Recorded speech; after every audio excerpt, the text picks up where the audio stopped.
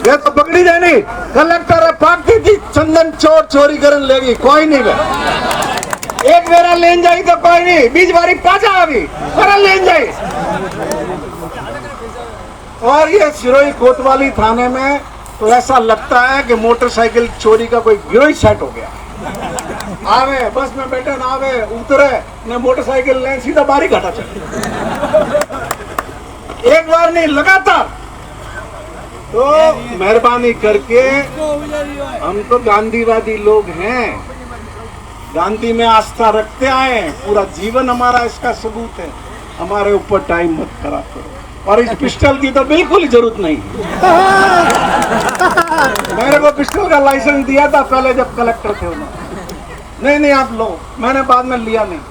मैंने कहा मेरा भी गुस्सा ज्यादा फालतू किसी ठोक लिया ही नहीं मैं। तो अब ये ज्यादा समय आपका नहीं लूंगा, समय काफी हो गया। अब ये राम झरोखा अन्ना पट्टा की कर बनी अन जिला में कोटाराम अतरो प्रभावी आदमी है, मुख्यमंत्री ना करो बाल है, वरना हाथी हाथी बैठो रहे, वरना हाथी हाथी फरे न वरना ही आशीर्वाद पाती है। बगैर वरना किए पत्तो हले। और मुझे नगर परिषद से जानकारी है कि कोटाराम के टेलीफोन करने के बाद ये फाइल चली है इन पत्तों को बनाने। और ये 10 करोड़ का सौदा हुआ जिसमें इसका बेटा पैसे गिनने के अंदर शामिल। मेरे पास सबसे पहले माली समाज के बच्चे आए ये बताने के लिए कि संयम जी ये घोटाला हो गया। मैंने उनको कहा भाई कागज लाओ, बिना कागज तो मैं कोई चीज उठाता नहीं है।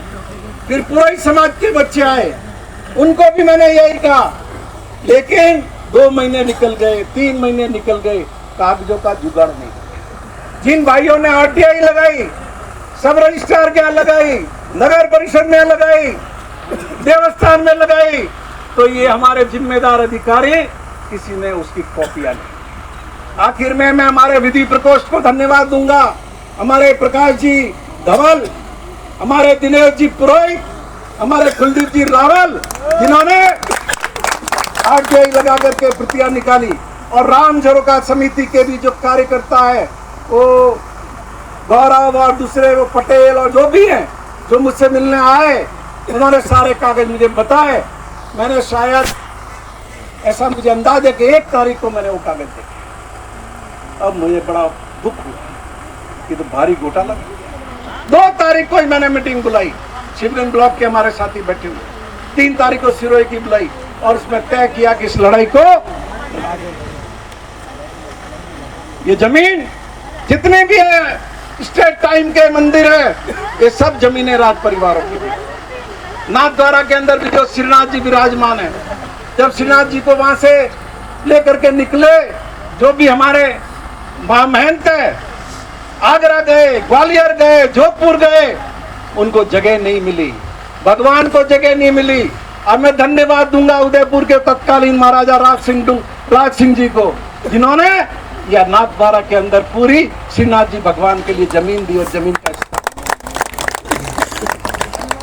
ये राम झरोखा का मंदिर बेचने के लिए नहीं, बेचने के लिए, लूट खाने के लिए, पट्टे बनाने के लिए इन्होंने क्या किया? सबसे पहले इन घोटालेबाजों ने आरएसएस को फंसाया, ट्रैप में लिए।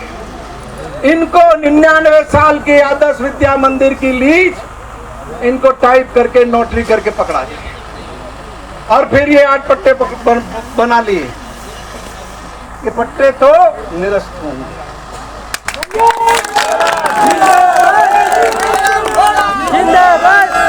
इस धरती पर किसी का बाप इन पट्टों को निरस्त होने से नहीं रोक सकता। मैं आज ऐलान करता हूं।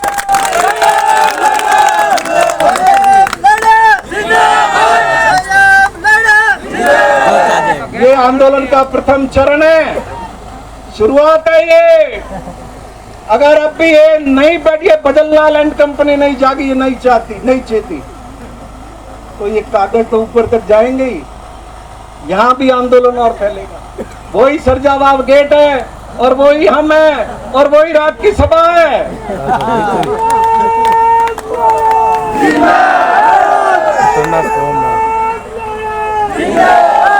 अभी तो ये पहली मीटिंग है, इसलिए मैं अधिकारियों की पोल नहीं खोल रहा। अगली मीटिंग के बाद सरजावाब तुमने कुछ नहीं किया और सरजावाब गेट पे की तो एक एक जगह की लिस्ट पड़ी जाएगी, एक एक कारनामे को बताया जाएगा, किस किस डॉक्यूमेंट पर दस्तखत करने का तुमने क्या क्या लिया है, एक एक जानकारी जनता में सरेआम रखी जाएगी, ये ध्यान में रखना। और ये जो लोग हिंदू धर्म के ठेकेदार बने हुए हैं, 4 महीने हो गए, कहाँ छुपे हुए थे ये हैं? ये जो लठ लेकर के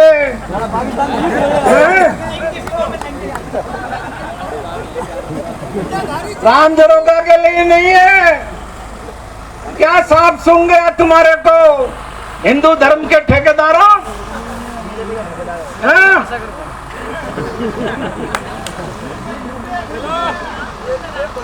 भाई साहब लोग कहाँ गए? भाई साहब लोग,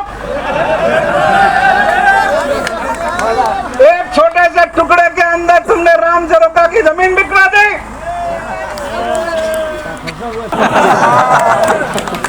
और ये जितने हैं ये भी भागवत जी देख लो, सब हिंदू है, 95% हिंदू है। तो सर्टिफिकेट ज्यादा मत दो और ये अल्टीमेटम और चेतावनी दे रहा हूं, 7 दिन का टाइम दे रहा हूं, कार्रवाई कर लो इसको, क्योंकि हम लोग सीधी चढ़ाई नहीं करते, अधिकारियों को भी पूरा मौका देते हैं और सारा ज्ञापन तैयार है, तुम्हारे कुछ नहीं करना। मैं खुद लॉ का स्टूडेंट, सुप्रीम कोर्ट के फैसले का वगैरह वगैरह सब मौजूद है और राम जरोगा एक कागज ऐसा नहीं है जो बाकी हो। ये एक एक कागज राम जरोगा के इतिहास से लेकर आज तक का मौजूद। सहयोगी संघर्ष करो, हम तुम्हारे साथ हैं। संयम जी आगे बढ़ो, हम तुम्हारे साथ हैं। क्या हालत है इन आरएसएस की? एक वो मास्टर सिंदरत में लगा हुआ था, सिंदरत वाला कोई है क्या? कौन है? क्या किया था उस मास्टर ने वहाँ पे?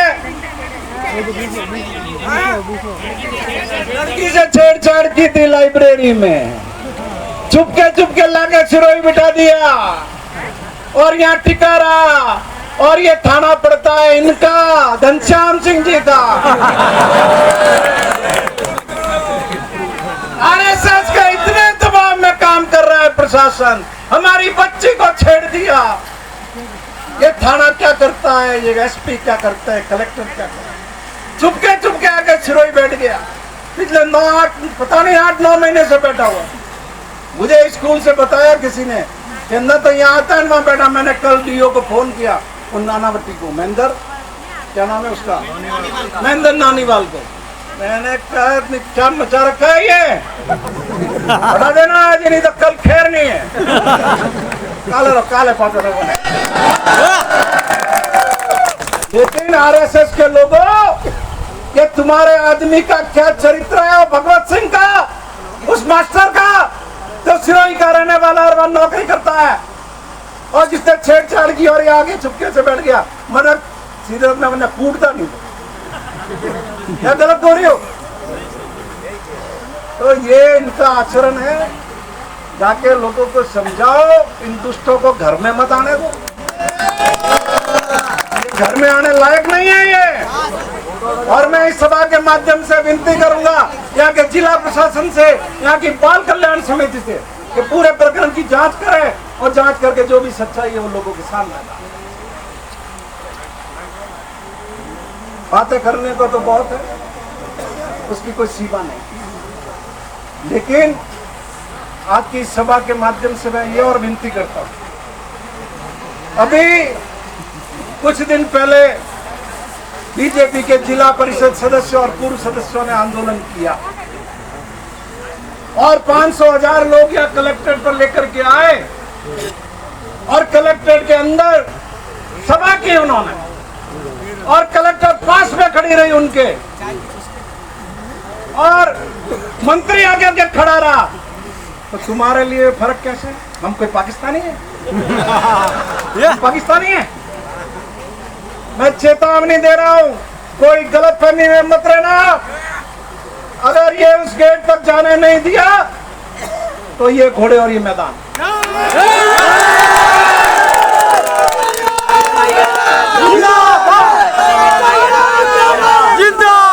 हमें कोई शौक नहीं है अधिकारियों से मिलने का। 2 साल में किसी एसपी से मैं मिलने नहीं आया, और आप तो सीआई साहब, मेरे आपके तो नंबर भी नहीं है मेरे पास। क्या 1 साल भर से लगे हुए होंगे? हम पुलिस के काम में पंचायती नहीं करते, हम चोरों की पैरवी नहीं करते, हम ये नहीं कहते इसको पकड़ लो इसको छोड़ दो। हम स्वतंत्र रूप से पुलिस अपना काम करे, उसमें विश्वास करे।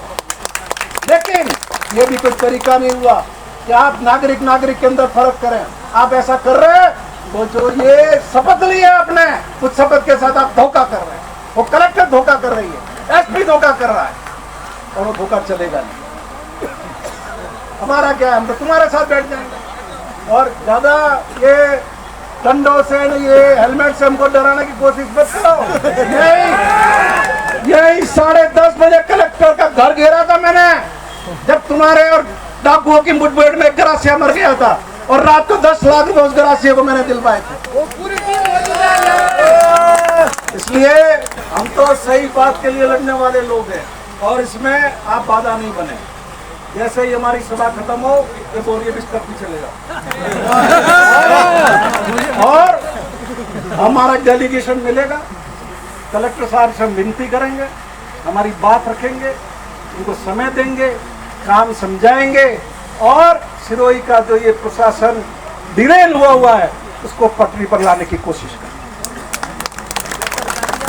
एक मांग और है मेरी, 281 रुपए मजदूरी है। इस भजन लाल ने आने के बाद में मंत्रियों का भत्ता बढ़ा दिया, एमएलए का भत्ता बढ़ा दिया, मेरी भी पेंशन बढ़ा दी, लेकिन मजदूरों का पैसा नहीं। इसलिए मैं विनती करता हूं कि 281 रुपए मजदूरी को बढ़ा करके 400 रुपए दिन की मजदूरी करें, जिससे हमारे ये गरीब परिवार के लोग भी अपना जीवन यापन कर सकें। और आप सब लोगों ने इतनी बड़ी संख्या में आए, इन मुद्दों पर आपने समर्थन दिया, अपना प्यार, स्नेह, विश्वास प्रकट किया। मैं आप सबका आभार प्रकट करता हूं, और आपको विश्वास दिलाता हूं कि आप